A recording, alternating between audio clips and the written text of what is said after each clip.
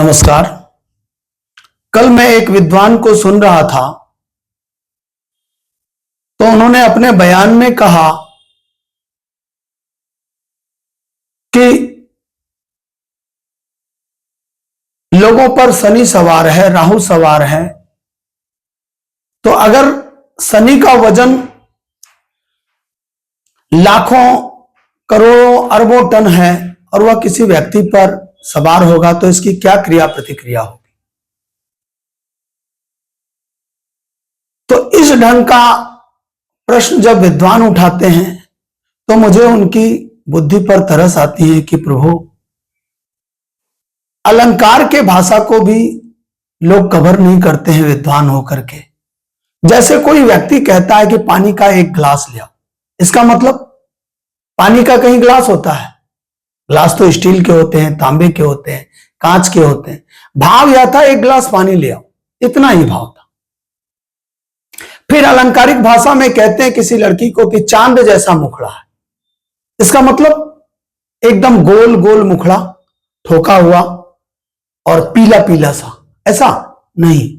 इसका मतलब है उस मुखड़े पर चांद जैसी सौम्यता, चांद जैसी शीतलता, चांद जैसा माधुर्य, तात्पर्य यह है।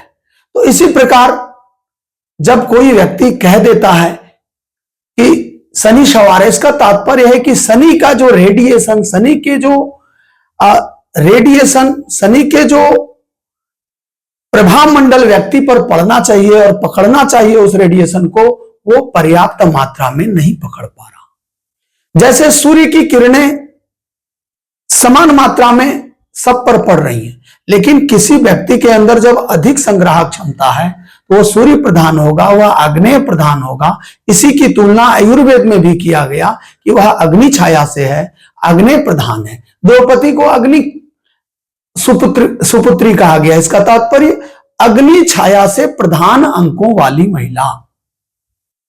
तो तात्पर्य यह है कि इस प्रकार के बातों से भ्रांतियां होती हैं और जब विद्वान लोग भी ऐसी बातें करेंगे तो अस्वाभाविक रूप से दिग्भ्रांत स्थितियां बनेंगी। इसलिए अलंकार, उपमा अलंकार जैसे शब्द जो आते हैं तो लोक भाषा में लोग कह देते हैं कि वो पकड़ नहीं पा रहा। शनि का प्रभाव, राहु का प्रभाव, यथार्थ मात्रा में शनि से चलने वाली जो तरंगे हैं जितनी पकड़ पानी चाहिए वो नहीं पकड़ पा रहा। चंद्र से चलने वाली जितनी तरंगे हैं वो ठीक मात्रा में नहीं पकड़ पा रहा। सूर्य से चलने वाली जो तरंगे हैं यथार्थ मात्रा में जब वो नहीं पकड़ेगा तो शरीर में आग्नेय छाया, सूर्य तत्व दुर्बल हो जाएंगे। आग्नेय छाया दुर्बल हो जाएगी तो भूखमंद हो जाएगा, शरीर में कांति, तेजस्विता, स्वाभिमान इत्यादि की कमियां हो जाएंगी। तो ये चीजें समझने की हैं।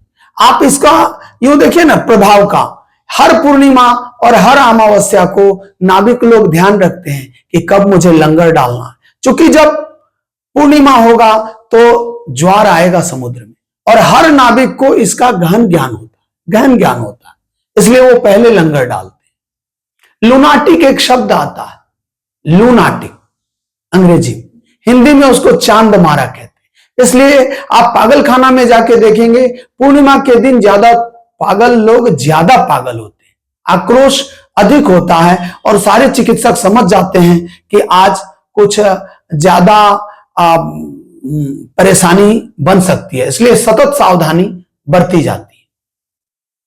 तो आपको यह समझना है कि व्यक्ति पर कैसे नक्षत्रों के प्रभाव पड़ते हैं, कैसे नक्षत्रों के प्रभाव पड़ते हैं और वह व्यक्ति कैसे उससे प्रभावित होता जाता है। इस प्रकार अलंकार की भाषा भी दी जाती है। अलंकार को अलंकार के भाव में ही समझना उचित है। धन्यवाद।